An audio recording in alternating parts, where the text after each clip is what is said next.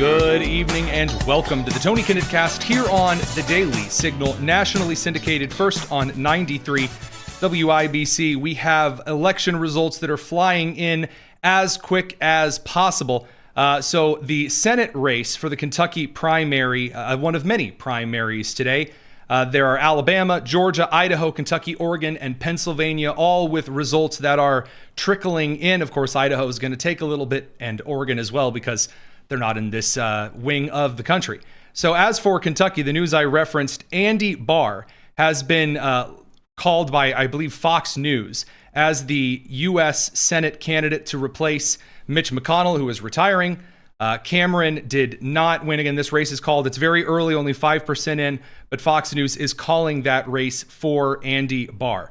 And I'll be quite clear with you. I like Andy Barr. I think he's got a pretty excellent background on a lot of different things. So far, it appears, although again, it's very early, given that only 13% of the vote is in, Gallrein is in a sizable lead so far over incumbent Thomas Massie. So right now, with only 13.3% of the vote in, it is 9,400 to Thomas Massie's 7,100, 57 to 43. Now, this is the race that everyone's eyes are on because all of the money has flown into this particular election for one reason and one reason only. And that is Thomas Massie has been the point of obstinance against a lot of Trump policies. Now, given some of the TV commercials and things down in Kentucky, that hasn't really been the story.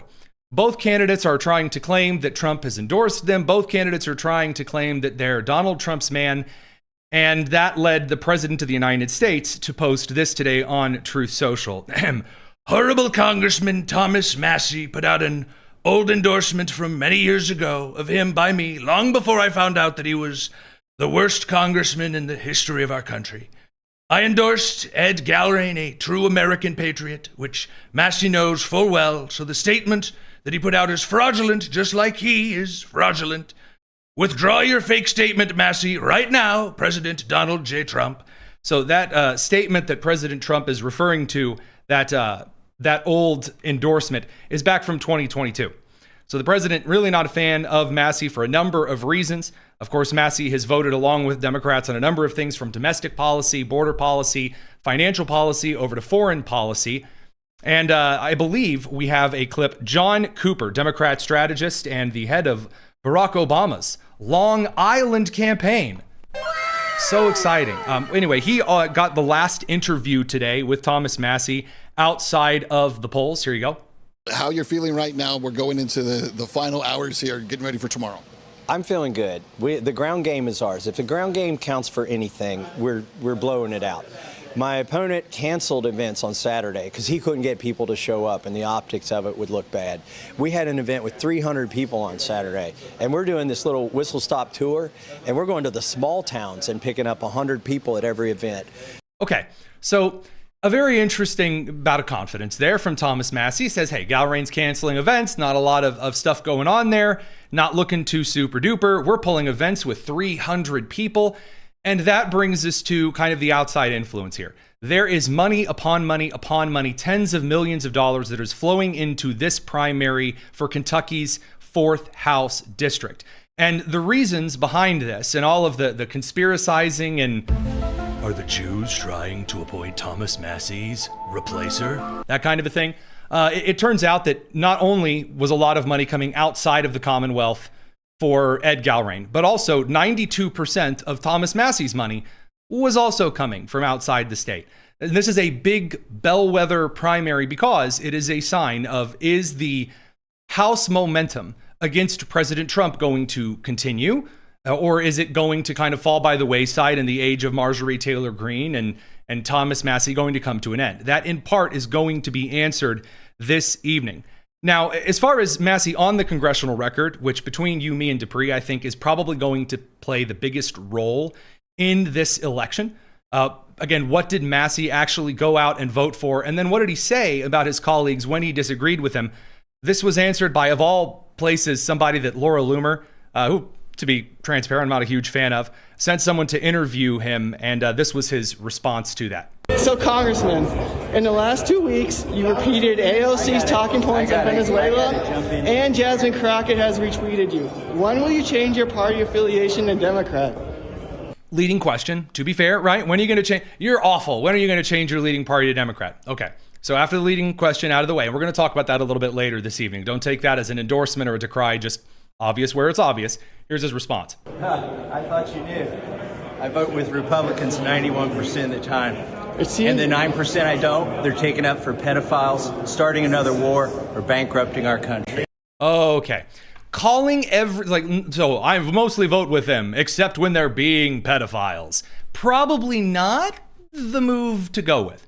Probably not. And that's how Massie's taken his entire step. He's made this huge campaign with Ro Khanna of California, suggesting that everyone is hiding all of the Jeffrey Epstein stuff, up to and including doxing men who are just lookalikes in an FBI lineup because, why are these 8 people not allowed to be? Well, because some of them were, in fact, part of an FBI lineup. Their names weren't released to the public. Massie did distance himself from Ro Khanna before the State of the Union address, in which Ro Khanna sat next to one of the ladies hunting down victims for Epstein. But alas, that's what Massie's made his entire shtick about. So we'll see if that everyone is a pedophile except for when I vote with them. We'll see how that goes. Gallrein is running a slightly more lackluster campaign, but he is running the congressional record argument kind of on the other side. Here was Gallrein. That's easy. These folks are moving to remove misrepresentative Massie from Congress. What I hear when I talk to the good people, these 21 counties out here in Kentucky Congressional District 4, is they recognize he has gone to Washington, D.C. and betrayed them. He has blocked the president's attempt to unleash our economy, reduce taxes, build the border wall, restore national security. He even joined ranks with the radical Democrats to restrict the president's responsibilities as a commander-in-chief with what's going on in the Mideast now. At every turn, he has betrayed us. Okay, so again, not the most exciting, just like, wow, look at all the charisma, but we'll see what it is that Kentucky voters are looking for. And it truly may come down to a question of, does the average Trump voter, who, believe it or not, does in fact pay attention to what Donald J. Trump has to say about things? Then if that's still the outsized factor here, then it probably is going to go in Gallrein's favor. Again, we don't know yet because as of right now, it's 7:14 p.m. on Tuesday, May 19th, with 13% of the vote in. Gallrein is over Thomas Massie by 2,200 votes. So we're going to keep an eye on that throughout the evening. That brings us over to, not the Senate side, and we're going to get there, I promise. This brings us to Ilhan Omar. Oh boy. All right. Ilhan Omar is, she's under investigation, boys, girls, and squirrels. So first of all, the House Oversight Committee has officially referred Ilhan Omar to the House Ethics Committee to investigate her revised net worth. So as you may recall, she originally claimed that her net worth is really like almost $30 million. And really she only has a net worth of $100,000 or less. Maybe it's really $18,000. I mean, who knows? It's way, way smaller than that 30 million mark. And that was due to an error. So what is this error in question? Ilhan Omar's husband had this winery. Now you say, wait a minute, aren't Ilhan Omar and her husband Muslims? And isn't alcohol haram? Yes, it is. And yes, they are. Although he supposedly owned this winery that also didn't exist, didn't have any vineyards, didn't exactly have the beautiful, wonderful California hills running forth with the fermented Welshes. Nope, not a thing. And so a lot of people had some questions after this. Ilhan Omar decided to do the thing where you pretend you're not hearing the reporter kind of stuff. This clip from a couple of weeks ago. Under President Trump. Hang on a second there. I actually have this one ready to go. I'm not going to give this particular clip up. Watch her as she runs away from the Fox News digital team. Tell us about your net worth dropping down to about 100,000. I mean, the whole thing. Could you just elaborate on what mistake was made, Congresswoman? What mistake was made on your financial disclosure forms to bring it down to 100,000 from up to 30 million? So again, exciting stuff here for sure. We're going to get into some of the more details on this stuff. Again, we've got a lot of election stuff that we're tracking. Don't go anywhere. Radio crew, we're going to send you to the commercial and continue on the live stream in the meantime. It's the Tony Kinnett Cast here on the Daily Signal. All right, while all of those radio and TV nerds are in their commercial breaks, if you're watching the show live, we don't really cut away to that. We have like one sponsor read, and then hesto presto, we cover more news. So, what about all of this investigatory stuff? The Daily Caller asked Vice President JD Vance today, is the DOJ actually digging into Ilhan Omar of the definitely not worth $30 million in fake winery vintage? A little pun there. And also didn't marry her brother, kind of vintage totally. Here's what the vice president had to say. Okay. I figured out finally how the seating chart works. Sorry, I should have clarified. Vance did the press conference because while Carolyn Levitt is out with her new baby, they're rotating in guest appearances. So every single person that comes in has to figure out the seating chart. Having been in that room, that seating chart is both convoluted and retarded. All right, the vice president, who is definitely not me. I want to ask you about the anti-fraud task force. You previously mentioned that Ilhan Omar seemed to have committed immigration fraud. Do you anticipate an indictment against her, an indictment related to that situation?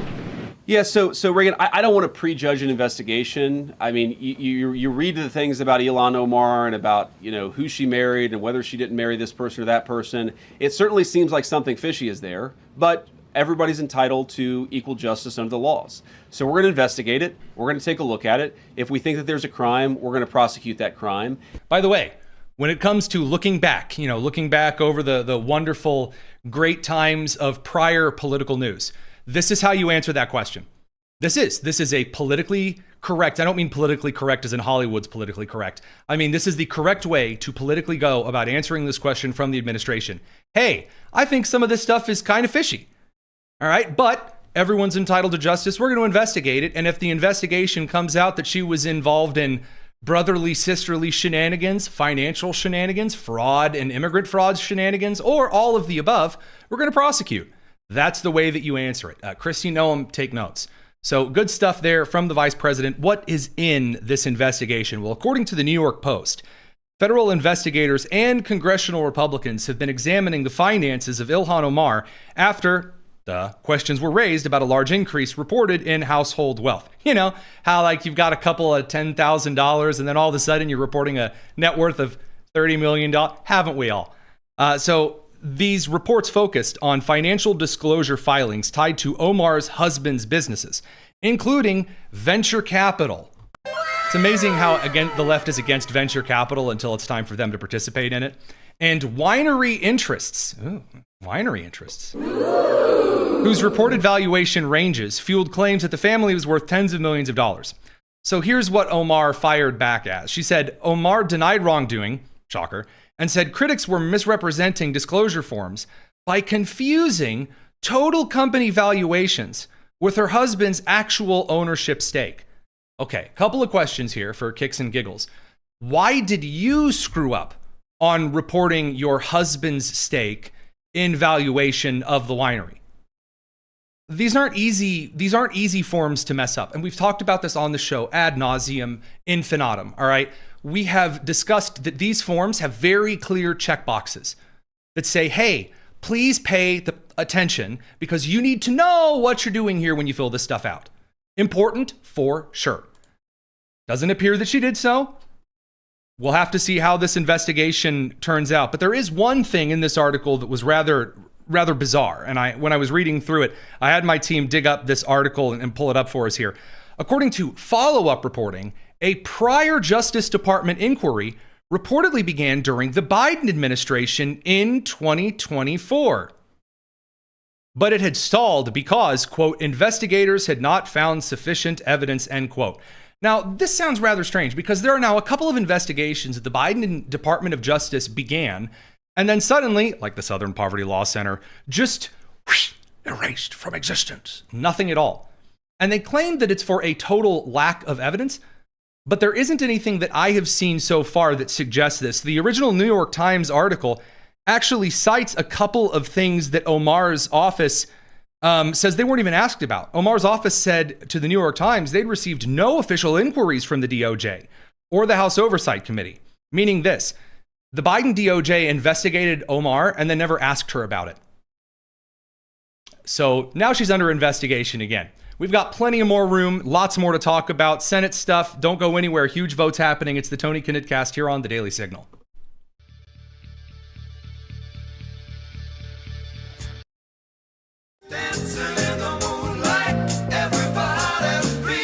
This is the Tony Kinnett Cast on 93 WIBC. Welcome back to the Tony Kinnett Cast here on this Tuesday, May the 19th. Again, Alabama, Georgia, Idaho, Kentucky, Oregon, and the Commonwealth of Pennsylvania are bringing forth their primary elections today so that you, as Americans, can be disappointed yet again. We've got a lot of elections that we're following so far, with 16.3% of the vote down in Kentucky. Ed Gallrein is up 11-2 to Thomas Massie's 8-6. So again, 11,200 for Gallrein. Thomas Massie, the incumbent, 8,600. Gallrein seems to be maintaining a pretty decent lead, although it is going to be rather close. Right now, though, an update from the Senate War Powers Resolution. This is actually some pretty sizable news from today. So Schumer reported on X. I know you all are so excited to hear Chuck Schumer talk about what he is excited over. He said this morning, for the 8th time, we will be bringing our War Powers Resolution to the floor to end Trump's war with Iran. Republicans have a choice to stop catering to Trump and end this deeply unpopular war. They must vote yes. And vote yes, many of them did. In fact, Tim Kaine's War Powers Resolution advanced 50-47, and this is due to a couple of reasons. First of all, there were some absences. Some senators were not there to cast a ballot. There were, however, 4 votes in this instance that are particularly important here. So Bill Cassidy of Louisiana is the, I would say, shocking, with beautiful air quotes around it, vote yes.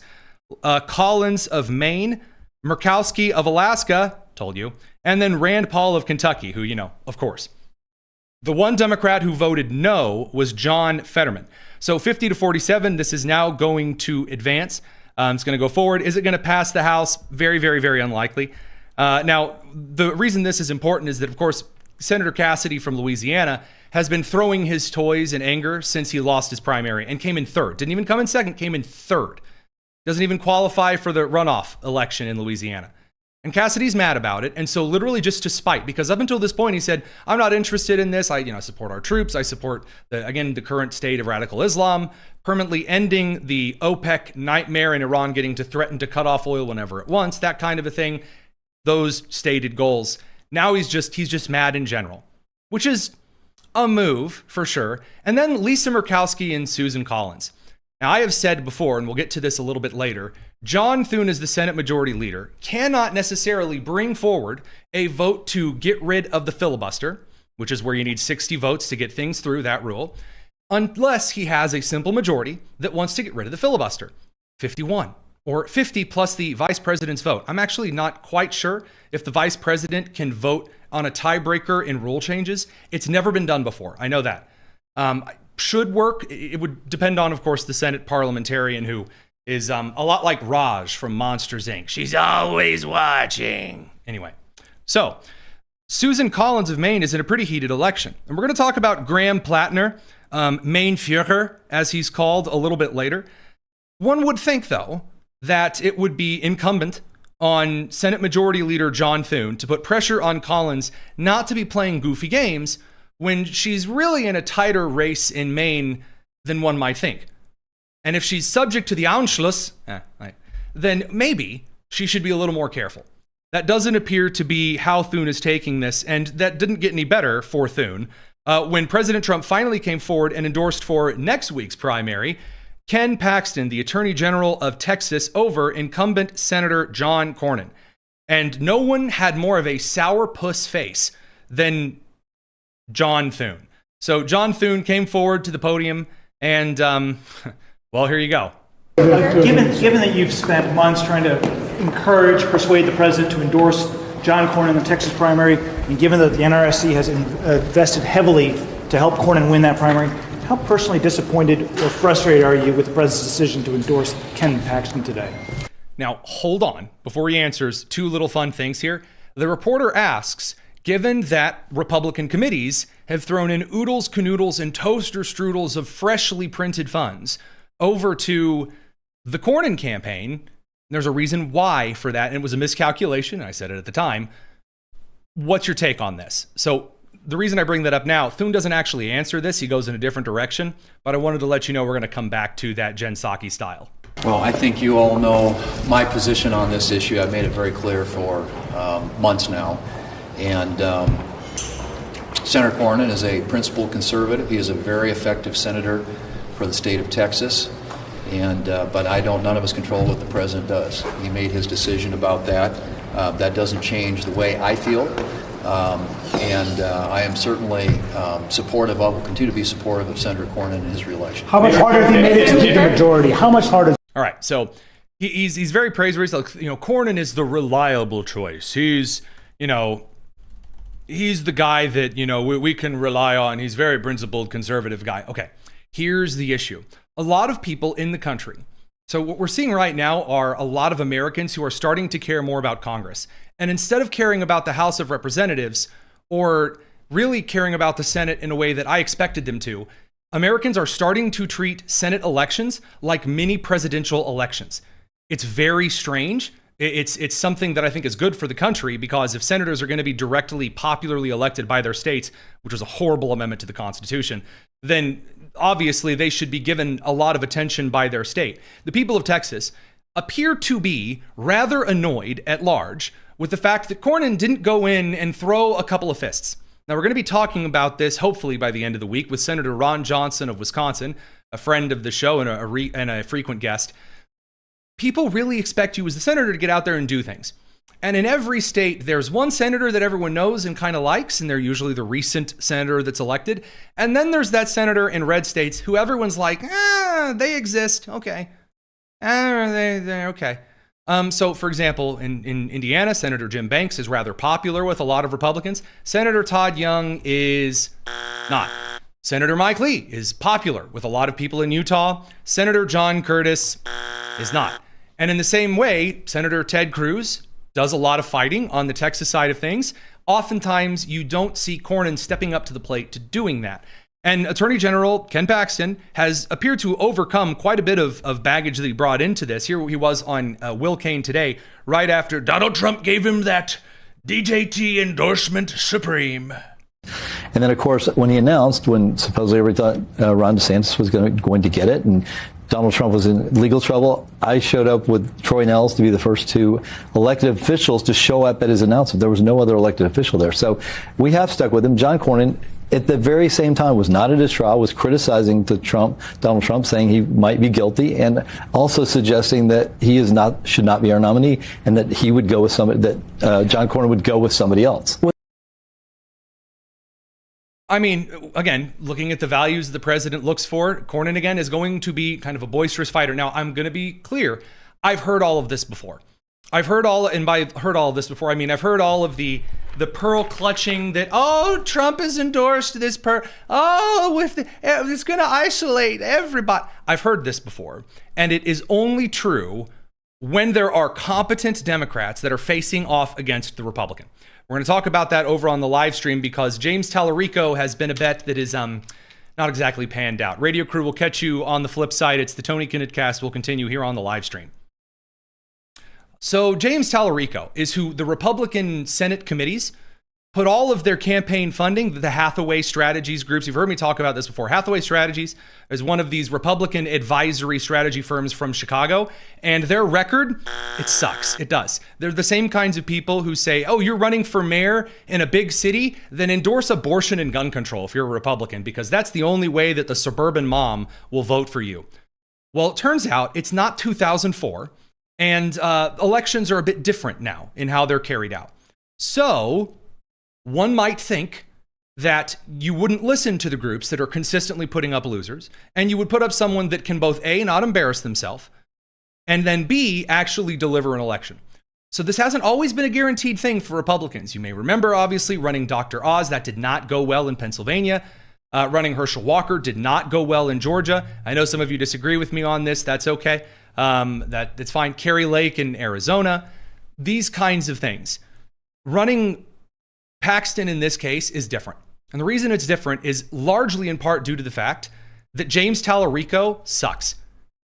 He's not good. That he was going to be the Mr. Moderate. Remember he announced it, he's going to be this moderate, gently spoken kind of evangelical Democrat, the thing that exists right next to unicorns and fairy whispers.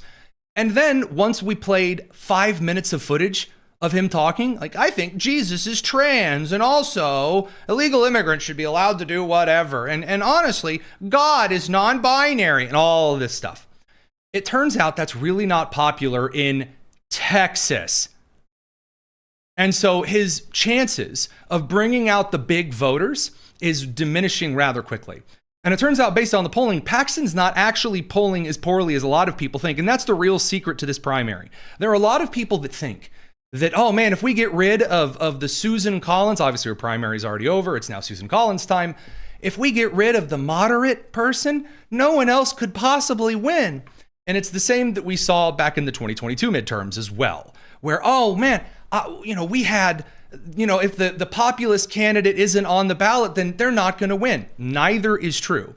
The quality of the candidates do, in fact, matter a little bit more here than a lot of are giving them credit. So here's an update on the polling stuff, because we got a couple of great questions over in the comments section. David Herschel Walker was your neighbor?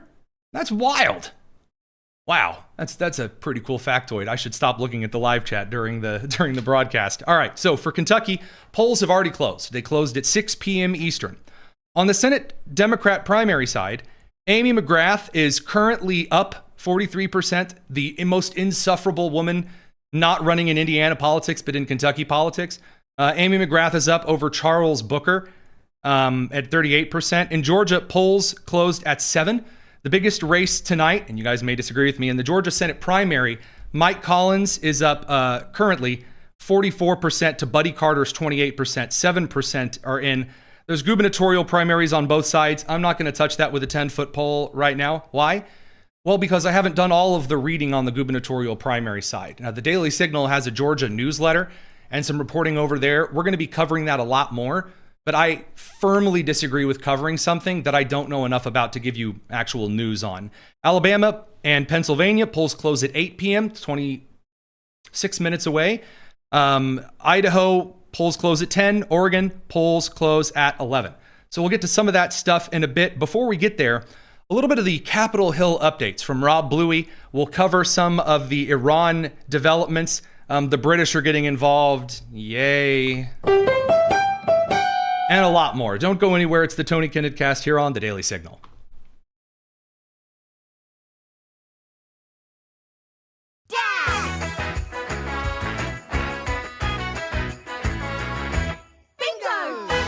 It's the Tony Kinnett Cast with special guest Rob Bluey. All right, you've heard the music. It's time to bring on Rob Bluey, the president of the Daily Signal, from our nation's sometimes beautiful capital.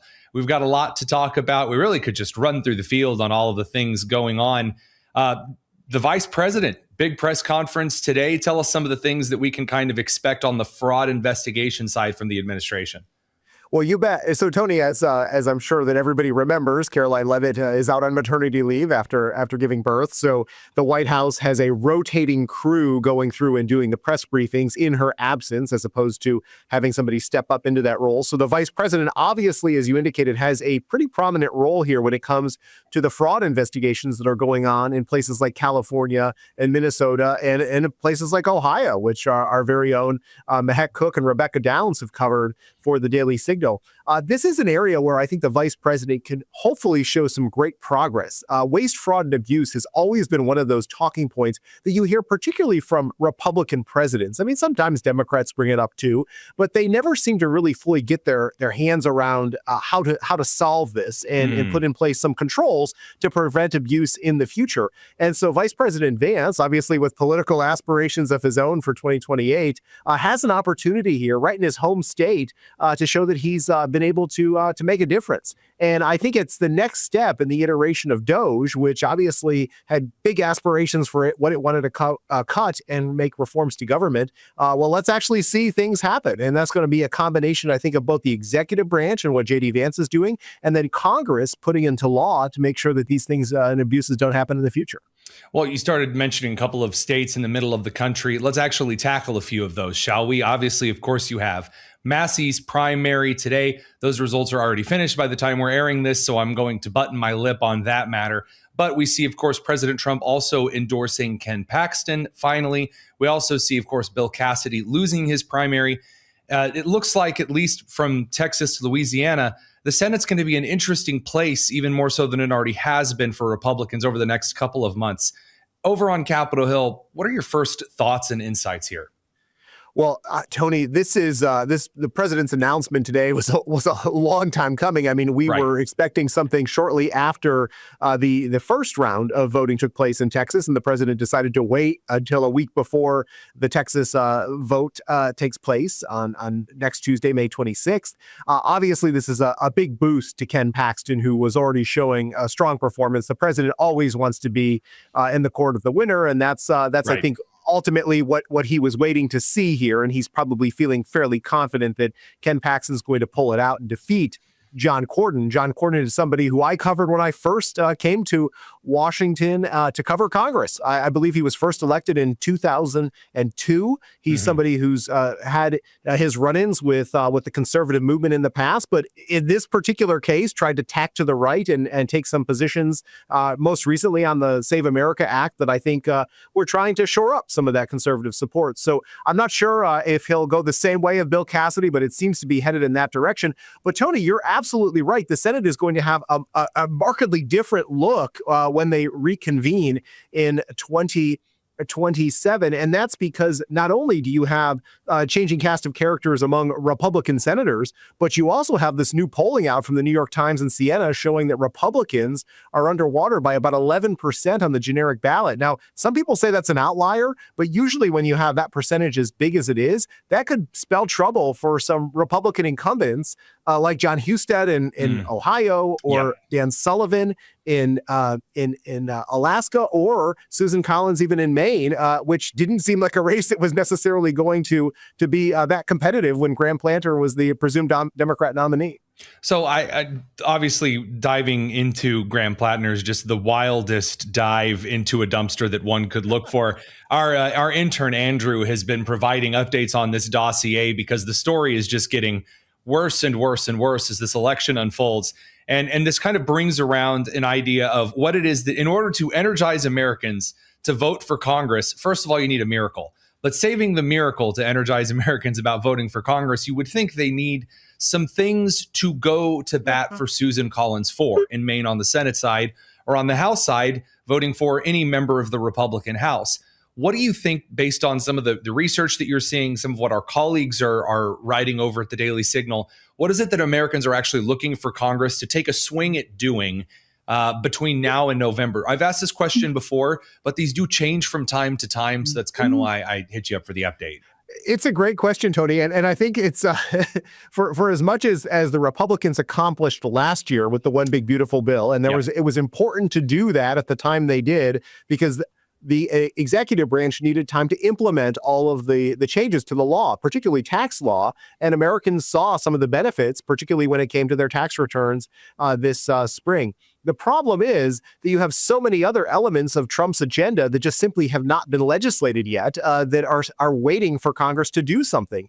That has everything to do with energy. It has healthcare reform. Obviously, we talked about it already, the Save America Act, and making some changes to our electoral system to secure elections. And so I think those are probably the things that are most top of mind for the American people, because two of those obviously intersect with the cost of living, healthcare premiums, and the cost of energy in this country. And the other, being elections, is consistently at the top of the chart for Republicans who believe that too many states have election laws that are not secure and lead to fraudulent voting.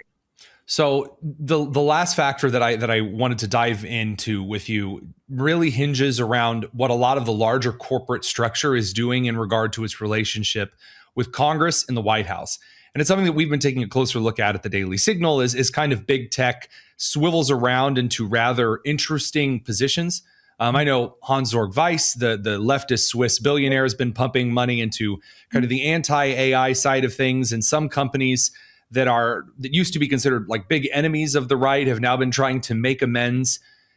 I feel like the field is shifting very quickly, and it's shifting so fast that a lot of American voters may not know at this point really who's on whose side or really what's going on.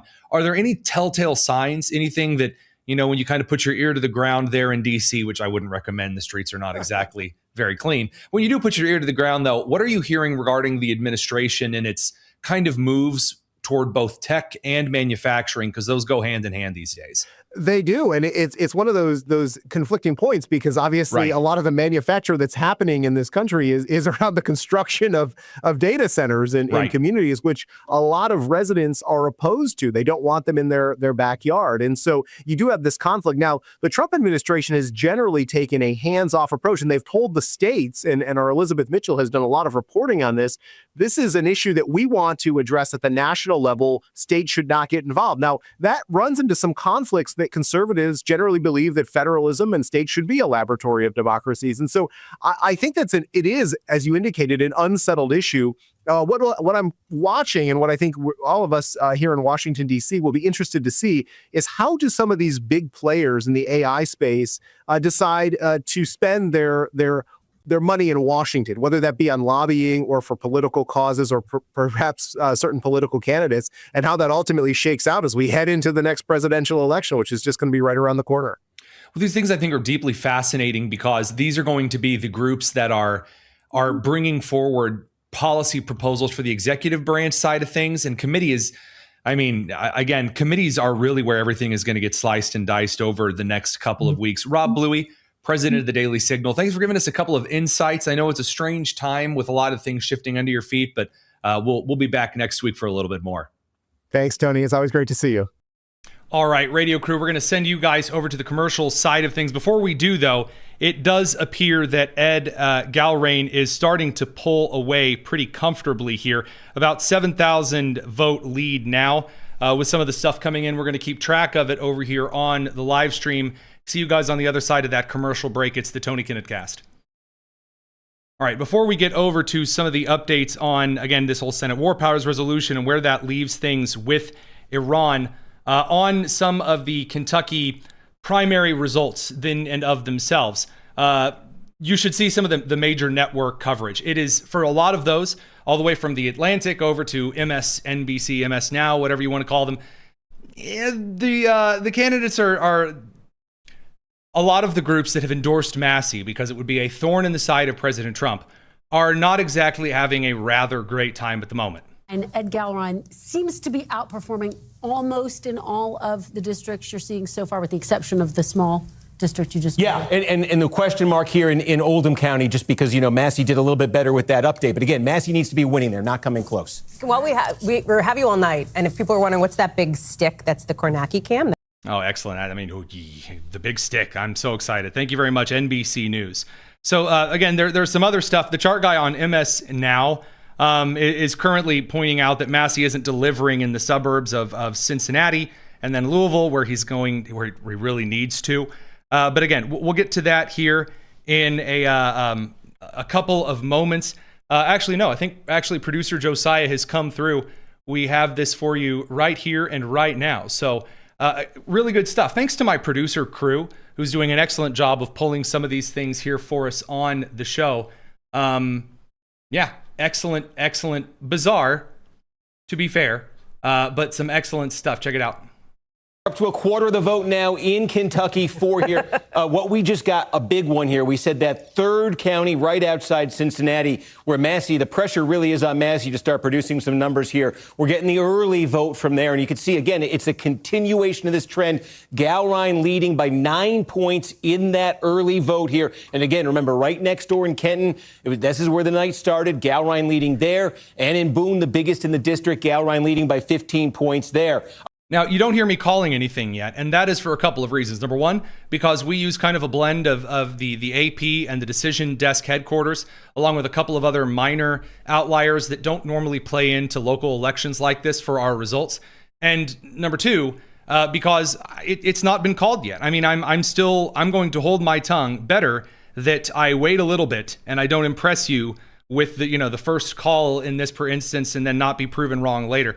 So far, again, yes, Gallrein is performing above what was expected according to some of these outlet projections. Also significantly, we just got some more vote here out of Oldham County. Remember what we said about Oldham here? This is the wealthiest county in Kentucky. This has a lot of those voters, professional class, college-educated voters, suburbs of Louisville. And you can see here the update. If you remember earlier, it was a wider margin with the initial vote out of here. So what's come in since, Massie's done better here. Massie needs to be winning Oldham County. If he's going to have a chance tonight, he needs to win Oldham. He needs to win next door here in Shelby County, and he's got to come up with a win, up here. He's got to win the election day vote up here in the Cincinnati suburbs, because elsewhere, what we've seen come in, we've seen some new votes come in. These are small rural counties here, but again, everything is kind of going, these small rural counties, you think of them as pro-Trump, and they've been delivering for Trump's candidates tonight. It's a wrong way to view. Sorry, just to break from him, it says, oh, these rural county is pro-Trump. That's not why. We'll talk about this in a second. We've got to bring the radio crew back from commercial one more time. It's the Tony Kinnett Cast. Don't go anywhere. Tons more tonight.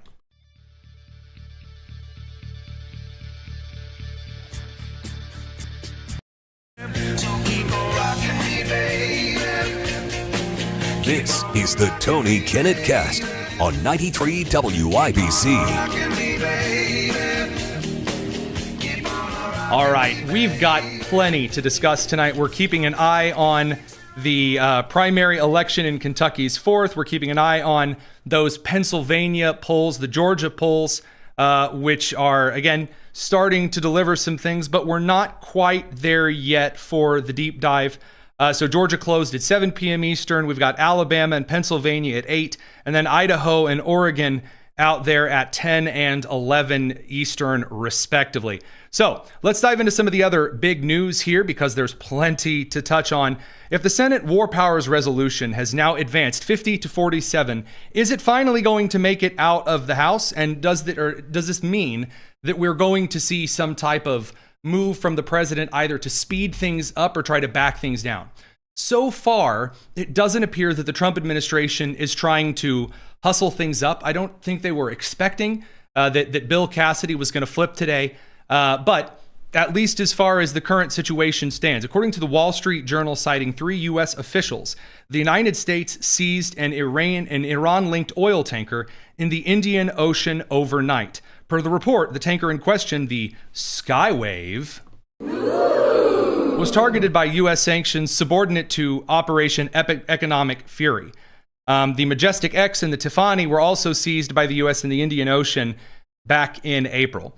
According to a release from United States Central Command, the current blockade in the Persian Gulf, the Strait of Hormuz, traveling to and from the Iranian ports, 89 vessels have so far been redirected.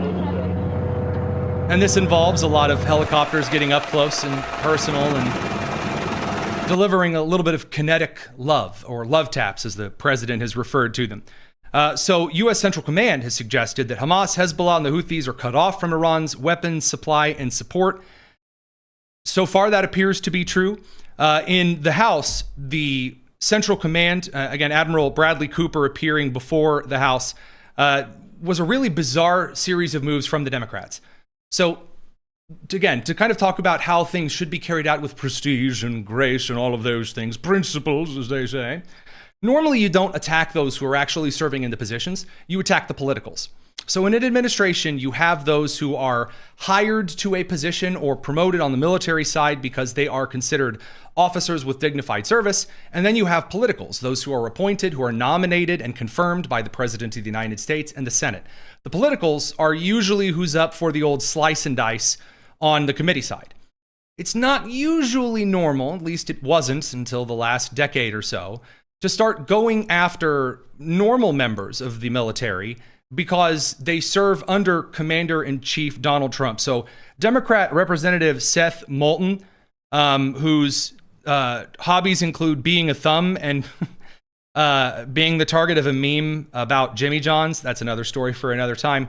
Here he is going after Admiral Bradley Cooper of CENTCOM in some rather just egregious stuff. Here you go. Have the Strait open. The president has called for unconditional surrender. Is that part of the plan? Congressman, we achieved all our military objectives. We're presently in a ceasefire. We're executing a blockade, and we're prepared for a broad range of contingencies. Well, it doesn't seem to be going well, and I would like to know. Okay, so he said it doesn't seem to be going well. So again, right now, what's going on? As far as the intelligence reports from the United States have confirmed, yes, it's actually going rather well. So if you take yourself out of it for just a second, and accepting that here at home, yes, people in the United States are hit with some higher gas prices, and there are some other issues on the economic side. As far as a military perspective is concerned, this is probably one of the most successful complete diplomatic and military routes that we've seen. The IRGC is cut off from itself. Iran is cut off from its proxies. Although the internet blackout is still in existence, Iran is issuing totally different statements each and every day. A ton of their military capacity is gone. Their entire naval capacity, their air force capacity that Pakistan wasn't sheltering is gone. And the economic blockade by Iranian sources, not just the economic assessments from the United States and Europe and Africa and the other Middle Eastern countries, says that the administration, the regime in Iran is completely wrecked by this economic blockade. So if you're going to go into all of this and hit up the Admiral on some things, you don't have to make up stuff to hit people with. There are things that a lot of Republicans have questions about. Absolutely. And you should have questions and you should get answers. But just saying that, like, just lying about how we're doing is really, really bizarre. It doesn't play well with the American voter, as we're seeing play out in, for example, a lot of primaries across the country. But Seth Moulton doesn't know that. So anyway, we're doing really terribly. Oh, so horribly. I mean, just awful. The worst war ever. How many more Americans we have to ask to die for this mistake? How many more have to die? Stop it. That's disgusting. That is a disgusting thing to say. First of all, as a clarification here, those in the United States military, and I know because I have seen members of the United States military, I have seen conventionals, friends of mine up close, who have been shot and who have died. Every single one of those individuals who I knew, two of whom, they're right in my mind at this exact time, genuinely, clearly, and specifically volunteered, understanding that is a risk that is to be carried out for the United States. And to use that as a political, how many more have to... Your pearl-clutching menopause is disgusting, and it is noted. So then we'll have you Cooper's response. No, how many more Americans we have to ask to die for this mistake? Do you know? I think it's an entirely inappropriate statement from you, sir. With With all due respect. It's not a statement, it's a question. Some disgusting stuff. So again, regarding the foreign policy stuff, we'll cover some more of that here kind of in a bit. One last little update, I should say, before we send the radio crew off to the commercial break. I know you guys have been waiting for this. I know you've been on hand. You're just bouncing on the balls of your feet in excitement. The edge of your seat has become just your seat. The Royal Navy is finally entering the Persian Gulf and perhaps about to take part in reopening the Strait of Hormuz. Yeah, I know. You were so excited. So the Royal Navy destroyer, the HMS Dragon, the one that had to turn around twice, like an angry parent driving a minivan. In this case, because the HMS Dragon appears to be made out of duct tape and urinal cakes, had to go back to get repaired twice before it finally made its way now through the Suez Canal and is headed towards the Strait of Hormuz. So there are a couple of other information points here that are probably necessary to note. The biggest achievement for the Trump administration on the diplomatic side here is, first of all, the UAE leaving OPEC, the United States shifting a lot of its military cooperation from Israel to the UAE, diversifying and expanding partnerships. The Saudis, the UAE, Bahrain, Qatar, casting out the Iranians and kind of reshaping global power, the Abraham Accords, Trump's big diplomatic and economic vision for the region coming into play early. And now what might be an actual coalition attack against Iran to open the Strait of Hormuz permanently, that is going to be something. So we'll see. It is just May. We'll see how that proceeds. On the energy side, because a lot of you have asked questions about this, here is Energy Secretary Chris Wright talking about some of the things that the Trump administration is doing, again, because they're not Congress. So Congress does have the ability to change a lot of things permanently regarding oil production, gas production, refining, how that's distributed, transportation rules and regulation. The executives can only do so much. But here is Chris Wright talking about what it is the administration can do from the DOE side. Tell us about your... See, that's the issue. That's what the clip I played earlier when I replaced the Ilhan Omar thing. See, I'm figuring out where it is that I replace things. Give me a second here. I'll find that particular clip from Energy Secretary Wright in just a little bit. Radio crew, I know that you guys are on your way out for the evening. And on that particular matter, head over to the Tony Kinnett cast. It's on Daily Signal. You can find that youtube.com/Daily Signal. And there's a ton of excellent stuff you can find over there. And we'll kind of send you guys off just a bit earlier on the radio side this evening. It's the Tony Kinnett cast here on the Daily Signal. We're going to continue on the live stream right now. All right, I got that other clip. Sorry about that. Here you go. Under President Trump's leadership, we're at record U.S. oil production today, record refining capacity. We changed the blending requirements this summer to allow us to produce even more gasoline than we would normally produce for the peak summer driving season. And with 30 other nations around the world, we've released extra crude in the market during this disruption. Because yes, there is a disruption. Prices are higher than they would otherwise be. But I think President Trump summarized it well. This is a price we're all having to pay, but the cost of inaction is vastly, vastly larger than this price. Now, he is correct. And the other reason I had to send the radio crew away for what I would argue is a pretty good reason is because I get to play the we are now prepared to make our official call here. Gallrein, Ed Gallrein has been declared the winner in Kentucky's 4th House District. So with 72% of that vote in, 74% in now, it is Gallrein so far, 45,623 to Thomas Massie's 38,245. So far, with these array of calls in from the Associated Press, from the Decision Desk headquarters, a couple of other secondary outlets reporting this, Ed Gallrein has triumphed and he has kicked out Thomas Massie, the incumbent. So a lot of analysis is going to come out here, there, and everywhere.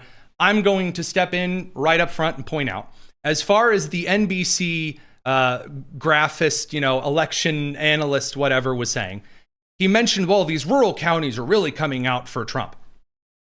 The Republican Party in Kentucky comes out for Trump. That's a known thing. Not surprising, shouldn't be surprising to you, me, or anybody in the Sisterhood of the Traveling Pants. However, what's important here is what I posited today to John Bachman over on Newsmax, which is if the people of Kentucky have paid attention to Thomas Massie's voting record, all the way from the youths to our very dear baby boomers, if they have paid attention to Thomas Massie's voting record, what they have seen on media time and time and time again is that you had all of these Republicans who voted for something and then Thomas Massie. And then all of these Republicans would vote for something on fiscal policy, and it was never good enough. It's not, well, there are some libertarian-leaning members of the Republican caucus in the House, and they know that you can't always get what you want, that kind of a thing. But you're going to do what is best to accomplish things incrementally. Thomas Massie didn't have that approach. Unless you gave him everything, then he was going to vote no. And then, after a couple of months of just voting no, and again, I used to be friendly with Thomas Massie, after he voted no several times, I reached out to Thomas Massie in kind of in a direct message, and I said, hey, why just continually voting no on everything? What's the purpose? And the answer that he gave me is he said, things are in motion. 3 words, things are in motion. That was all he gave me. And that's really the last the two of us have spoken. Now, since then, I did say a couple of things. He was hit with a bizarre kind of sexual scandal allegation that I didn't think had a lot of merit to it at all. And I said that because Victoria Spart's office in Indiana, who I guess the accusation went that he was accused of collaborating with Victoria Spartz to pay an NDA to a lady that Massie got a job for that he started flirting with and dating after his wife passed away. And I said that accusation was gross. I didn't like it. And Victoria Spartz, her staff don't often stay for very long because Victoria is very, very, very intense. So it's not uncommon for like the whole NDA thing on that side. Regarding Massie, though, when you get in front of the American people after voting no against President Trump a ton of times, and you say it's because there are pedophiles everywhere, pedophiles and Israel and the Jews, and then right before the election, you take a big hugging photo with the guy with like the American Reich sweatshirt on. Dude. So Thomas Massie now appearing to go on the same Marjorie Taylor Greene new respect. There you go. Now again, Ed Gallrein, is he exciting? Is he like, oh wow, incredible? No, but again, for a member of the House, you don't necessarily need to be. And I say that regarding my own Representative Jefferson Shreve. The man's not out there giving huge speeches. But when I send a couple of messages into his office and the man actually goes over a couple of things, I mean, hey, he did say, and I quote, piss off, end quote, to Maria Salazar regarding the Dignidad Act, the Dignity Act of 2025, and now 2026. So we're going to talk a little bit about that here in just a couple of minutes, because we actually got one of the co-sponsors for the Dignity Act, Marlin Stutzman from Indiana's 3rd. Again, one of the co-sponsors of the Dignity Act, into an interview, and we got to ask a couple of questions like, hey, a lot of stuff in this bill sucks. Why co-sponsor it? What kind of calculus do you make? And we end up getting into something that I think has not been revealed as news yet. So that's coming up in just a couple of minutes. But before we get to that, I wanted a chance to talk about some of the kind of cultural moves over on the left side of the aisle. Because it's not just Republican primary stuff. This evening, it's now 8:02, which means that all of the polls have now closed for what's the net? Was it Georgia that has closed its polls so far this evening? I thought that was the list that I had up. No, excuse me. Alabama closed its polls at 8. Georgia closed its polls at 7. Pennsylvania also closed its polls. My team is feeding me some fantastic election data coming in here, so I'm going to keep an eye on that. But, oh, well, yeah, I mean, producer Josiah has just informed me on the whole strange new respects thing. And MS Now Democrat on the panel is literally saying that Massie is going to be on the, quote, right side of history, end quote. Well, there you go. So before we get to that, a little bit more on some of the bizarre, very, very bizarre stuff on the left side of the aisle. So Gavin Newsom on the California side has made it clear that we need to stand up, and if we don't, we're gonna lose our country if we don't stand up and fight fire with fire. Oh, exciting stuff from Gavin Newsom. Here you go. We have agency. We have a responsibility. It's just like the issue of redistricting. We could have decided to write an op-ed. We could have decided, hold hands, have a candlelight vigil, win the argument. These guys are ruthless on the other side. I mean, sure, when I look at the actual crimes on the political matter, what I see is Republicans consistently that are being attacked and gunned down and are the target of political-based violence because the left accuses them of social murder.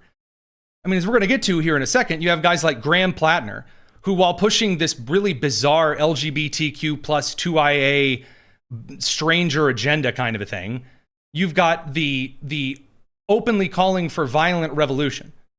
Gavin Newsom knows exactly what he's doing here. Trump's not screwing around, and nor can we. Yeah, it's uncomfortable fighting fire with fire. Yes, we all want the better angels. Yes, we want the Sorkin sound and music, little West Wing. I do. But we'll lose our country. We will lose our country. That is the stage set for midterms. That's the argument that's going to be made. It's yet another, we're all going to die if we don't get out there. And if we don't win this election, then it's stolen, and Republicans, they stole it from us, the precious. And we have to get out there and burn it all down. Can I get a Kenosha and a Minneapolis? So that brings us over to Maine, of all godforsaken places.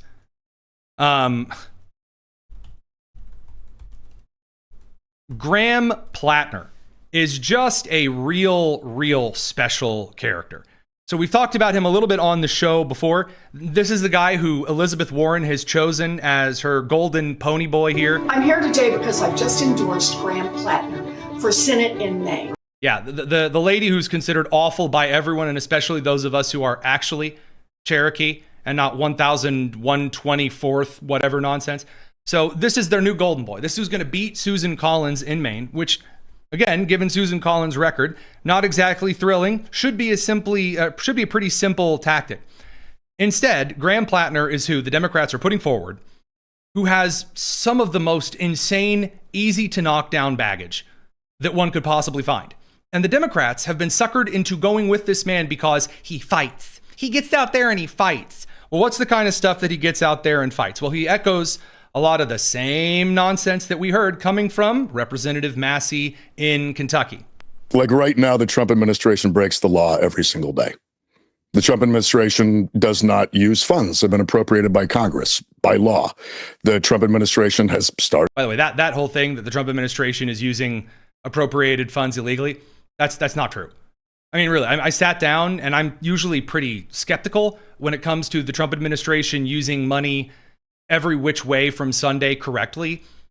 I looked through, and by the way, the lady that he's interviewing with is Lulu Garcia Navarro.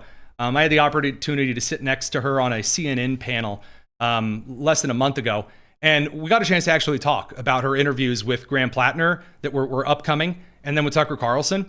And it was very strange to watch on the panel as we were talking about Graham Plattner's wild history. And I mean a yikes history if there ever was one.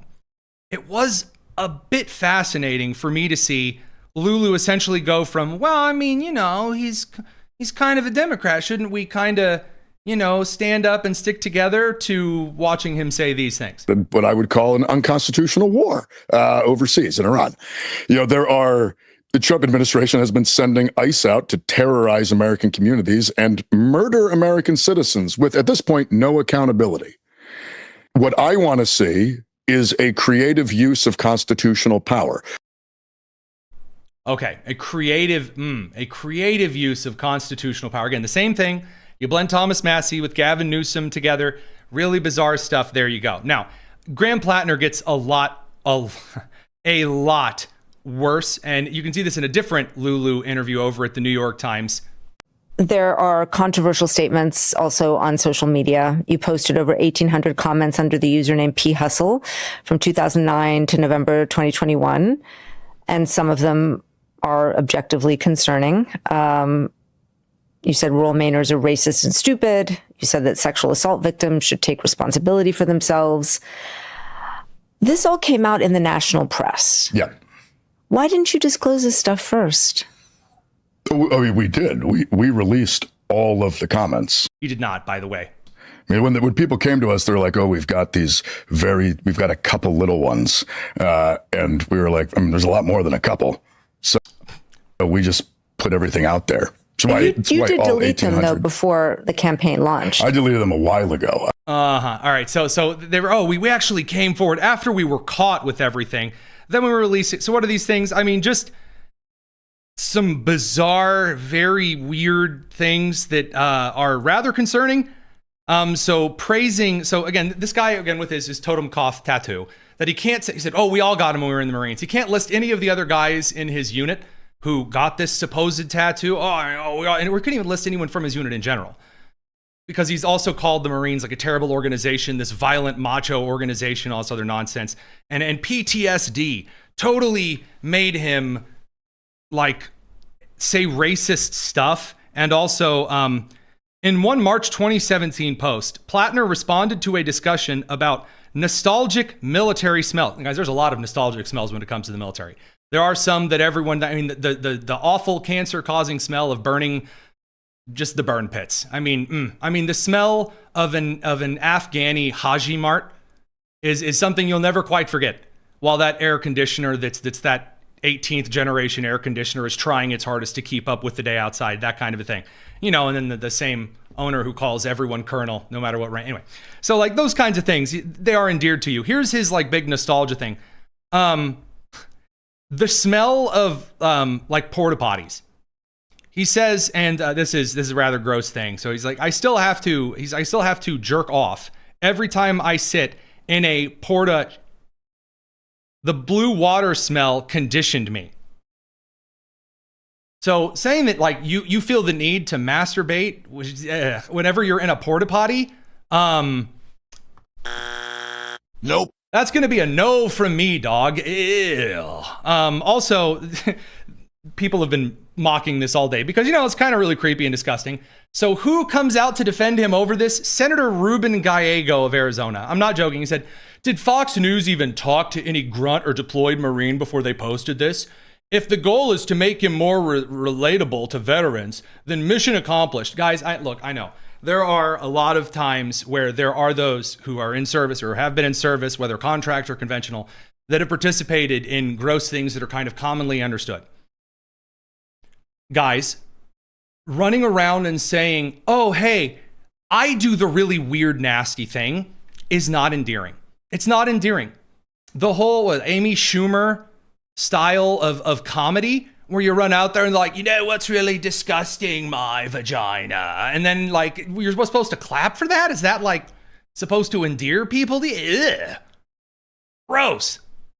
And of course, then there's all of his bizarre turn towards like the weird LGBTQ plus 2IA nonsense. Now, there are a lot of suspicions about this man and that thing. I'm not going to get into those because I don't have, firm evidence of this just yet. But on this particular matter, while we're on kind of, this general idea here, what would you say if you found out that some of America's biggest companies, the ones that you use and support, are paying for gender transition drugs and surgeries for kids? Of course, this kind of thing is really happening. So our friends at the Alliance Defending Freedom are doing something about it. Companies like American Express and Home Depot appear to cover irreversible, experimental gender transition procedures for minors in their employee health care plans. The very kind of plans that Senator candidate running for office guys like Graham Plattner want to federally enshrine as available. What would this mean? It means that kids would be able to get puberty blockers, cross-sex hormones, life-altering surgeries, and the companies that some of you guys support are currently footing the bill. It has to stop, and there is something that you can do about it. Sign the Alliance Defending Freedom's petition telling corporate America to stop covering these procedures. Your voice will be heard by leaders at these major companies whose decision to end coverage for these procedures could impact other companies across the country. Visit joinadf.com/Tony or text TONY, Tony, to 83848 to sign the petition today. So on the last kind of note on the really creepy, gross Graham Plattner stuff. Again, this is their guy that they have decided to make their front runner boy that's going to fight for the election upcoming. He just openly endorses violent revolution and communist stuff. I mean, openly, clearly endorses it. Here was a clip that has been making the rounds consistently. It's an audio clip where he's just calling for, violent revolution. In this case, it's necessary. Welcome back to Lever Time. I'm still on the road speaking with Graham Plattner. I do 100% believe that a political revolution is entirely necessary. Yeah. Bernie does too. So he makes this statement, I think, political revolution, violent revolution, this stuff's very, very important here. Political revolution. In all of the comments he's made about political revolution in its entirety, he has stated that this kind of fight, this political revolution, needs to inherently be done with a good semi-automatic rifle on the communist side, this being the Kalashnikov side of things. And again, said, according to a Newsweek article, as he became older, he just kind of embraced the whole communist thing. So best of luck to them with this. The other side of the left is still very hell-bent on keeping a lot of the borders open as quickly as possible. Now, one of the things that's come into a lot of Republican scorn, and I'd say rightfully so, includes the Dignity Act. So a lot of elements, of course, Maria Salazar of Florida has brought forward the Dignity Act as being this measure that she claims is never been about amnesty. It's not about amnesty at all. Now, there are some other Republicans that have co-signed on this piece of legislation, and we sat down to talk with Representative Marlin Stutzman to go into some of the details because he claims there are a couple of things that are in this bill, while a lot of them he didn't add, that are still good, and a plan for a lot of the garbage that's still in there and what he expects to happen to them. So we're going to swing out, we're going to come back in and cover that interview, and then when we come back in from that, a couple of details, because if you listen to this interview, there are a few bits of interest that I think no one's reported on these yet, at least that I can hear. Then we'll cover some of the other electoral results as they come in. Don't go anywhere. Tons tonight. It's the Tony Kinnett Cast here on The Daily Signal.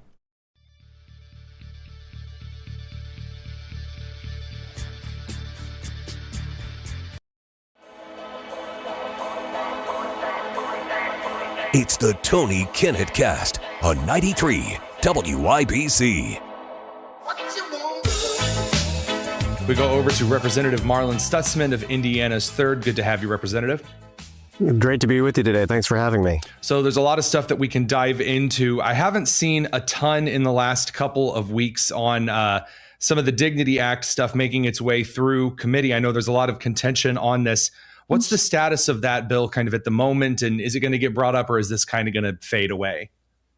Well, Tony, a lot of this is going to depend on President Trump. President Trump has been the strongest voice on closing the border, which I have supported. We have needed to secure the border for a long time. And, unfortunately, President Biden let in 10 million illegals into America during his presidency. And so now we're dealing with the aftermath and what to do. So really, the Dignity Act is still we're getting co-sponsors, we're explaining it. And one of the things one of the reasons I was willing to sign on to it is that it doesn't give citizenship. It doesn't give amnesty. And that's what I think is important here, is that while people are here in this country illegally, if we're going to deport them, we should start deporting, because there's 20 million illegals in the United States, roughly. That's what we estimate. And but in the Dignity Act, the 10 million that came in under Joe Biden, they would not be eligible to stay. They would still be subject to deportation. But it's those who were here before, during the Trump administration 1 and before that would have some sort of path to legalization, not a path to citizenship. So one of the things that I wanted to ask you about regarding that, because the last time that you and I actually got a chance to chat, we were in Fort Wayne talking about some of this stuff back when it was still right in the public view. On the matter of citizenship, there's kind of two things that I wanted to bring up to your question here. So the first is, if we give individuals here who have come in illegally a path to stay for a while, even though they're not given citizenship, doesn't this, as it's clearly alluded to by some other co-sponsors of the bill, doesn't this give an opportunity for Democrats at some other point to say, well, they're already here, so we might as well make them citizens anyway? I mean, we've seen this with making drugs that were higher on the schedule list a lot lower, because after all, it's already been reduced. So now why not reduce it even further? We've seen it on carrying out certain sentences for less harsh punishments before. Why aren't we going to see maybe this kind of like permission structure carried on in the further? Well, I mean, there's always going to be others that have a different opinion than I do. And that's why I think we as conservatives should address this matter rather than letting the Democrats. If we let the Democrats handle this, they will let every person that came in under the Biden administration have a pathway to citizenship. Mm-hmm. I do not believe they should have a path to citizenship. There will be Democrats that will likely support the Dignity Act currently, hoping they can get to that point. But I'll tell you, Tony, if we play this right and we do this right with President Trump's strong leadership, we can be sure that those who came here illegally, that the Democrats let in, flooding into this country, they will never have a chance to vote in the elections. That's why the Democrats did what they did. They wanted to change this country fundamentally, letting the illegals come in, make them Democrat voters. And if you watch Democrats today, they go to the wall. They will shut the government down for illegals, thinking that someday they can change them into voters. That's why I believe we as conservatives and Republicans, we should fix this matter rather than letting them. So this is something that fascinates me, because Congress is a mess, right? And you do actually have to make sure that there are bills that you negotiate on, that you try to be diplomatic on, that you get things through in order to achieve a number of things that you're looking to fix. For you, I know we've talked about this, it's national security, meaning that those who are here, we need to see who they are. They came in, we have no record of them. That is obviously, as we've seen in a number of horrific incidents, they were here illegally. We really had no idea who they are or where they have been for years. Yep. That's an issue. Right. The question that I have is, what is the standard that you set? And this is different for every representative. I'm really just curious to kind of get inside your head here. The author of this bill, like the actual original author, before you had co-sponsored, had originally set this up as the pathway for the 22 million to citizenship. We've seen this, back in 2017, that was the figure then. There's also language in the bill that says that the Secretary of Homeland Security can essentially just waive whatever parts of the bill that they want in order to do things. Essentially what I'm saying is there's a lot of weird poison pills that got thrown in that didn't come from your pen. And I know, because I can see whose pen added it to the bill. Yeah. How do you make the choice? And again, this fascinates me. I'm not looking for a specific answer here. How do you choose which legislation to sign on with, even though people are going to be tossing in poison pills or garbage revisions or amendments that are just silly? How do you weigh those kind of things when you're signing on to this? Yeah, well, here's a couple of things that I would say to that is that, please, first of all, if we let the Democrats handle any sort of immigration policy, they're going to make it open, free citizenship to anybody. They want to make them voters. That's why I think we as Republicans, we as conservatives, with President Trump right now, we need to fix this matter before Democrats take control. And they will change the fabric of Texas. They will change the fabric of Arizona, Nevada, the swing states that have a lot of Latino voters. I believe Latino voters, primarily, they are religious, they're family oriented, they are hardworking. Many of them came here. It's very difficult and expensive to get through the process. I think that's designed, and it should be that way. But because of what's happened and the fact that we're at 4% unemployment, if we deport 20 million people, 10 million people, there's going to be a vacuum, especially where I come from in Northeast Indiana. We have agriculture, we have manufacturing, we have hospitality, and the economy has absorbed those people into the workforce. Well, that's not the way that it should have been done. The federal government failed us as citizens by allowing this to happen. I'll blame the Democrats. The Democrats failed us. And that's why it's a cleanup process right now. So I look at this, there's several principles. No citizenship. Let's take the politics out of it.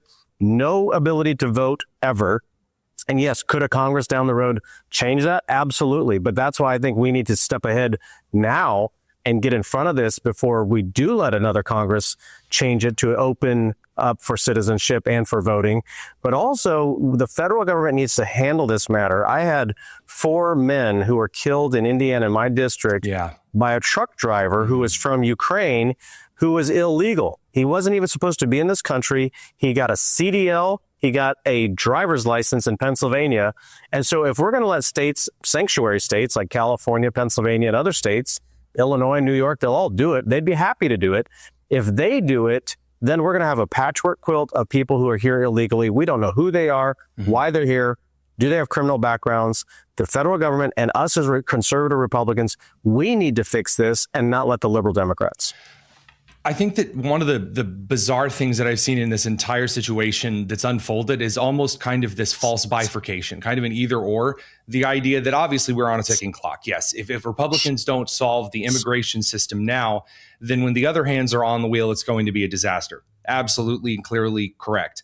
But one of the questions that I've gotten kind of in response to this bill and some others kind of along the same line is we're kind of forcing an either or at a time when that may not be necessary. Are there not a number of Republicans who aren't putting forward some of the measures that are poison pills and some good legislation that your office has written? And this is one of the things that, again, I'm not asking you to throw anybody under the bus, although I really want to.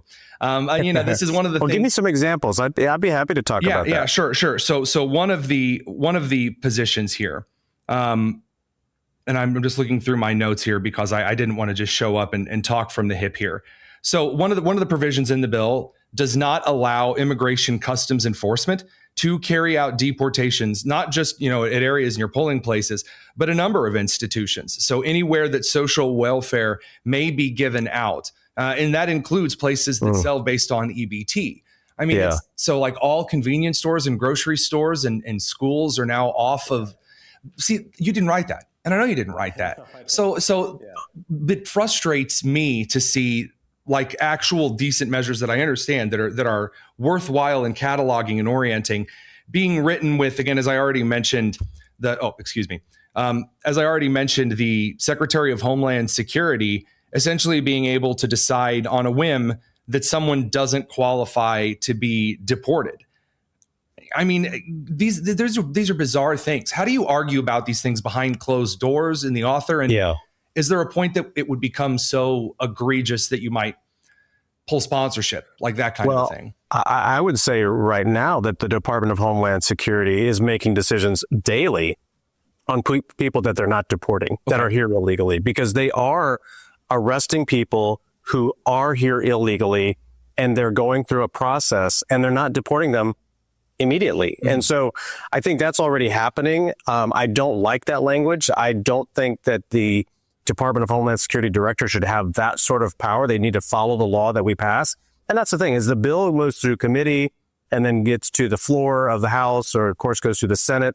I'm not going to get everything that I want, but I think that at the end of the day, the principles that we need to really follow for here, no citizenship, there's got to be fees. I want to see a sponsorship program. I want to see the farmer in Indiana say, you know what, I'll sponsor this person and his family because I know them. They've worked for me for 10 years. Maybe they came over on a work visa and they overstayed their visa. I've had farmers who haven't filled out the paperwork correctly for people who were here illegally. And they said, well, we're going to take our chances. And, I tell them, you're breaking the law, just so you know that. But people are saying, well, it's so hard to go out and then to come back in. They didn't want to take that chance. They're going to be separating their families. Their kids are here. The kids are legal, but the parents are not. I know of a situation where, a family came over from Mexico 20 some years ago. The son was 2 years old. He is now here. His father's gone. He was on DACA. Now he's not eligible for DACA anymore. He says, I don't even know where they would send me. So I think that, every situation is a little different, but I want to stick to those basic principles. No citizenship. We cannot reward illegal crossings with citizenship. That's just a deal breaker for me. And I think that that's where most people in the country would be at as well. But I think that, there's a lot of people here that would say they can stay as long as they don't have a criminal background. They can prove that they've been here for, 5+ years. And also, they're going to pay back taxes. And the other piece that I'm going to fight for is that they can't be on welfare. You can't come here and then just go right on the welfare program. You have to come here and work. If you're not here working, then you might as well go back. The reason that I bring this up and that I ask you these things specifically is not only because obviously it's very important that, we ask about certain pieces of legislation that are being brought through, of course, and that's obviously something that we do.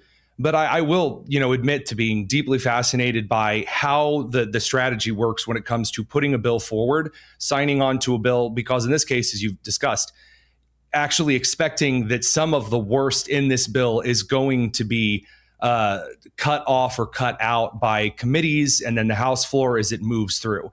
That in and of itself is something no one talks about, because obviously could bring you on. We could do a big adversarial interview, or we could just do a big pal and oral interview, whatever, of course, as every radio and TV interview is wont to do. But to actually get inside your head for a minute and say, so that some of these things you didn't write are not preferable. Some of the individuals that have put it in. But what's behind the calculation of the risk that the House committees that this is going to go through and that the floor and then over to the Senate is going to amend this so that those bad things that are objectively unacceptable get cut off?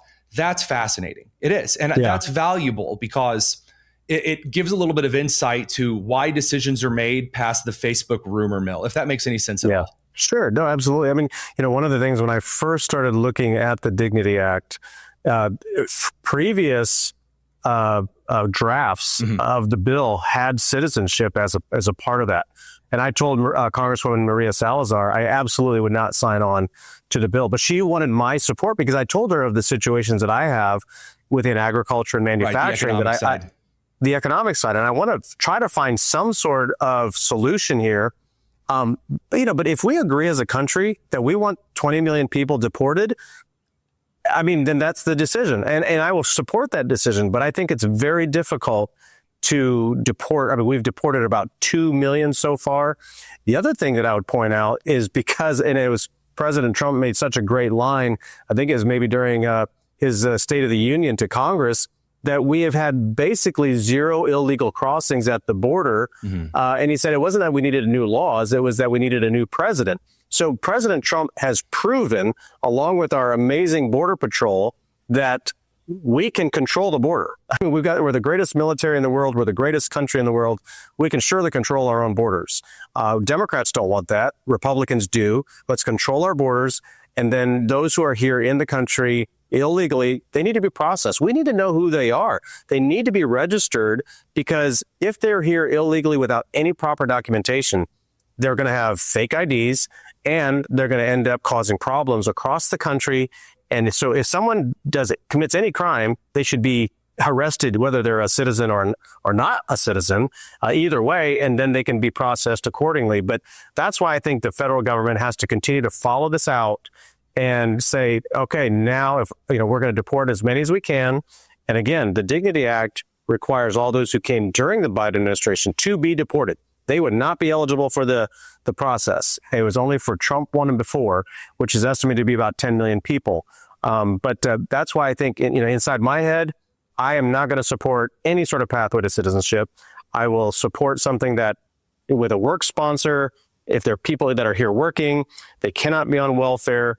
They should find it a privilege just to stay and pay all the penalties. Correct. Yeah. Well, Representative Marlin Stutzman, thank you for giving us more than a couple minutes here. And again, I know it's kind of a strange way to walk through this, but that's what I ordered from the kitchen. That's the kind of thing that I think is really worthwhile when it comes to walking through these things, because if we're actually going to have a discussion on the merits of a bill, then I would rather not go to kind of the rumor mill posting, and I'd rather actually get some info from the source. So thanks very much for giving us a couple minutes.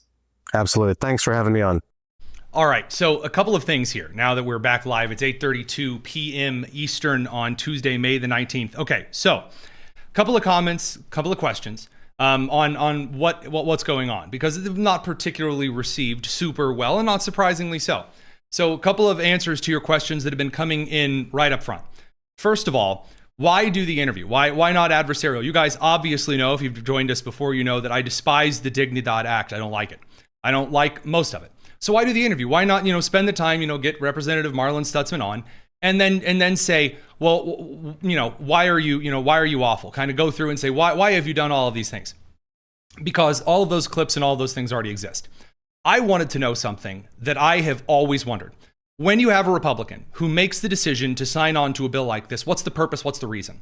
And not the public reason that you give to everyone. Well, I believe in security and we got to be realistic. Not those things. Why make the decision to sign on to something that you know is going to get you a lot of rather justified scorn? Because this bill, the Dignity Act, cobbled together, is garbage. It is. It's a horrible bill. It is an awful piece of legislation. It should never be passed. It's not. If it makes it from the committees to the House floor, I will be very surprised. And the key reason alone is because, as you heard from Stutzman's mouth, Maria Salazar lied. She lied. So she said, oh, it's not about amnesty. It's never been about amnesty. As he said, earlier drafts of the bill, she was the hardest pusher for mass amnesty in the bill. So that would be a problem. Number two, there are, and producer Josiah and I have gone through this, there are more than horrible, absolutely terrible measures that are all over this bill. So to go over with you some of the things that are in this particular piece here. It forbids immigration customs enforcement from being anywhere at all that any kind of social care is being distributed. So that's any place that distributes SNAP benefits, all the way to convenience stores and restaurants and grocery stores. ICE can't set foot in there, or any kind of a school or any kind of a hospital or any kind of anywhere. That's obviously awful. There's a ton of other stuff that's terrible. There's like a commission of 30 members that's to be appointed. It doesn't instantly kick out those who are members of gangs. That's obviously a horrible thing to include in there. There's also requiring the Secretary of Homeland Security, which, remember, Alejandro Mayorkas, has the authority to waive all legal requirements that the Secretary determines necessary. It's a horrible bill. So why even do this interview? I am fascinated with why certain individuals make these kinds of decisions and weigh these decisions. The argument that was made by Marlin Stutzman was a two-parter. So we had a national security element where he said he wanted people that are here to be written down and documented. That part, that facet, and you could see me in the interview, that part I understand. The part that I do not understand and that I don't agree with, the representative here, is the argument that the economy and the culture here are linked in the part that we have to make sacrifices in order to prop up what is being argued is otherwise you can't save it on the economic level. So the argument that Stutzman made was that there would be a major, those who are from the illegal immigrant part of the people that have come into this country, because not statistically supposed to be a part of the population, but illegal immigrants in the country, he made the case that the economy had already factored in those people, that they'd already been factored into the economy. And therefore, if they were all to be deported, he even said there were farmers who'd reached out to him and said, well, maybe we'd either look the other way or done some other things. I now have additional questions there. But then what would they do? Well, the answer, as many of you in the comments have pointed out, as you do regarding what was done with Goya Foods in Omaha. So there were these illegal immigrants that were working in the Goya food canning plant, where they're not. And then after they were deported, ICE came through and did a raid, or not a Goya food canning plant, a different canning plant, but a Hispanic food canning operation. Sorry, not the Goya plant. But immediately Americans filled out job applications to work there. So I'm not really seeing a huge labor shortage. And again, necessity is the mother of invention. Propping up economic systems with cheap imported labor, or in a lot of cases, slave labor conditions, as we've seen in California, I can't support that. That's obviously a problem. So why kind of go over this? Because I want you guys to see not just the really quick, automatic, presto, hesto, hey, here are the talking points kind of a thing from someone else. I don't want you to see that. I think that you here on the show should get to see, if I can, dive down to the actual core reasons behind. If you know a lot of this stuff is bad and you never would support it, then what's the answer you're going to give me for why sign your name onto it anyway? Jefferson Shreve is not considered the most hardcore Republican in Congress. And yet when Maria Salazar asked him to co-sponsor and sign on to the bill, he said, and I quote, piss off, because she sits next to him on the Foreign Affairs Committee in the House. So what's the difference here? The argument from Stutzman, as you heard, was he thinks that it will make its way through the amendments process and get a lot of that stuff cut out. Do I agree with that strategy? No. But the point of the interview was not for me to tell him, I don't agree with that, I disagree with that, because that's not going to change your mind. As I expected, a lot of you watching that interview clearly made up your minds over on the live chat and were expressing them in full front, which I wanted to see. I did. Because as you know, the show's not about me telling you what you should think. But I want you to know exactly the argument that's being made. I do. I want you to see the argument, not so that you can be convinced by it, but so that you can see the argument that is being made in favor of or against the Dignity Act. You should know. You absolutely should be aware. Now, again, I very much agree, a lot of the comments there, and I understand very much so that, there are a lot of arguments that are made. I'm still very much of the opinion on this particular instance that, yes, if you've come into the country illegally, that you should be deported. You say, well, what about children and things like that? We can have a conversation once those individuals are in the process of being deported. Yes, sorry. I think that the law has to be upheld because there are a lot of legal immigrants to this country who have been screwed over in the process. Now, there's a lot else that we could discuss kind of on this. We'll have to save that for another night because it's 8:38. We have gotten a lot of your mail time questions in, and I plan to dive right into this week and answer a lot of these up front. No third rails on that. So those things aside, in the comment section, or not the comment section, in the description of the show, there's a link to the Discord. You can join us and chat there. Would love to hear from you guys. There's a little mail time channel where we take a lot of those in. Also, I saw that there are a couple of other people who did some very kind, gifting of memberships here on the channel as well. That's very, very kind. Very, very kind of you. Really do appreciate that. So thank you to those who are doing so. Again, also, lastly, and I cannot stress this enough, it is beyond bonkers to me that Salazar ran around to the country saying, oh, there's nothing to do with amnesty. I never wanted amnesty.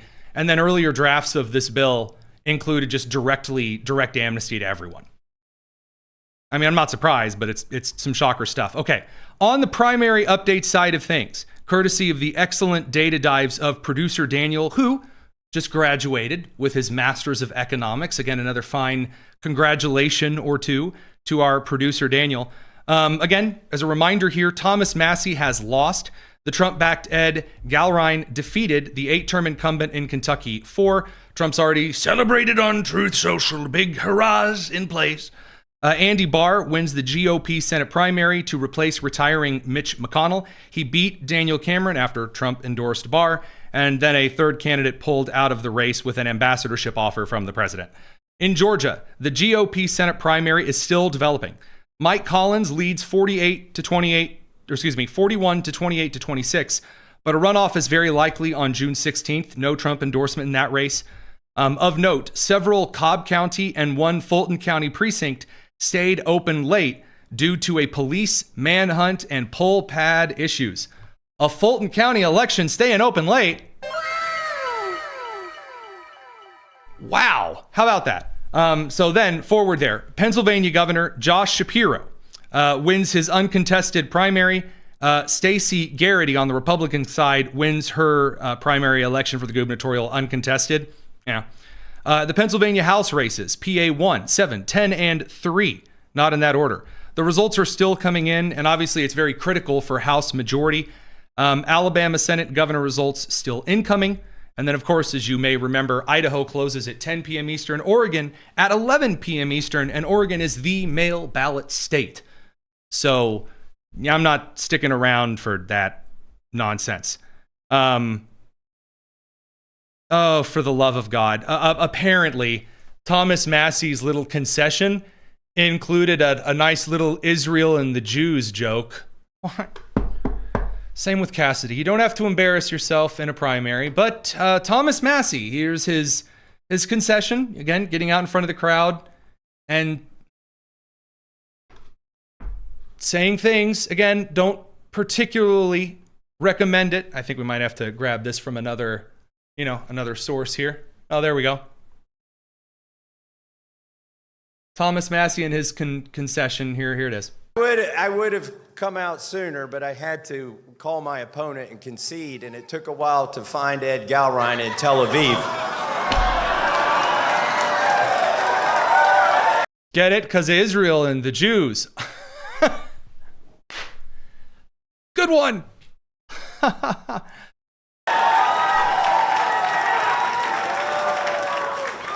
did get the call through, though. I have called and conceded the race.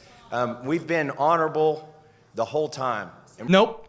You threw the honor out right there. Called and conceded. It was a good race. Said, look, there was a lot of money that came in here. Was sorry to see all this money and attention came through. I still think I was the best guy for the job. So good night, Kentucky. God bless you. Yeehaw. And drive up to Indianapolis for the Indy 500. Sure, whatever. You could have done that. You could have done that. Did that happen? No. Nope. Didn't do that. Instead, got out there and said, oh, it took a while to call him in Israel. Okay. Same with Bill Cassidy over on the Louisiana side. Throwing your toys out on the way out. I mean, Massie can't do this because he already votes no on everything. But, you know. And then, yeah, again, sending out. But, again, why he's making the case that Trump is Tel Aviv, he sent out an old Trump endorsement this morning. So claiming that you're with the guy that you're simultaneously claiming is an Israeli super pedophile. Ooh, amazing. Incredible. Yeah. Excellent stuff there. So a big hand for Thomas Massie. Just way to go. Love it. Exciting. Enjoy your job on MS Now with Marjorie Taylor Greene. The last little bit here, because we don't have time to dive into a lot. One comment from JD Vance today that I really appreciated, that I really liked, I thought it was good, was an exchange regarding the press, because we've talked, and I've been pretty consistent, I hope at least. I hate leading questions. I hate them from Republicans, I hate them from Democrats, from conservatives, populists, socialists, corporatists, whatever. I hate leading questions. Here's how the vice president responded today. I think this is excellent, and I can't finish the show without sharing this with you. You and your administration argue to Americans that you're cleaning up corruption, you're preventing fraud, you're fighting the sorts of things that harm people and people's financial situations, when the president seems to be talking up stocks that he owns, selling them and enriching himself. Okay, so here, let me answer your question here. That was a doozy. Before I answer your question, I want to just observe there are different ways to ask a question. Okay, you could just ask a question and try to get your answer, or you could do like a speech where you say, you know, Mr. Vice President, you're a terrible human being, and so is the president, and so is the entire cabinet. And then I'm like, what's your question? And then your question is, how dare you? Come on, man. Have a little bit of objectivity in the way that you ask these questions, because there were a lot of things in that speech masquerading as a question that didn't actually get asked, okay? Number one, the president. So then he answers the question. I'm going to be quite clear. I try not to ask hyper-leading questions because I actually want the answer, and I want you guys to be given the answer. a lot of people out there in kind of the broad sphere, they don't do that. They're like, hey, you're really terrible. How come you kill babies and women and you feed dogs to crocodiles? When did you stop beating your wife, sir? Yeah, it's exciting stuff. I agree with the vice president there. That's exactly the kind of stuff that should be brought forward just on that side. So that, yeah, Morris Knowles says this quite clearly. Just because you take an accusation and put a question mark at the end of it doesn't make you clever. Yes, snaps. Yes, I agree. High praise for that one for sure. All of those things said and aside, hopefully you guys have an excellent evening. We will be back tomorrow, 7 p.m. Eastern Time, for more hoots, hollers, and yes, if you thought we've shenaned before, we will shenan again.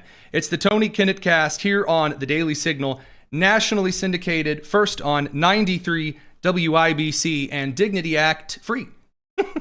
I'm just kidding. Please no. Take care.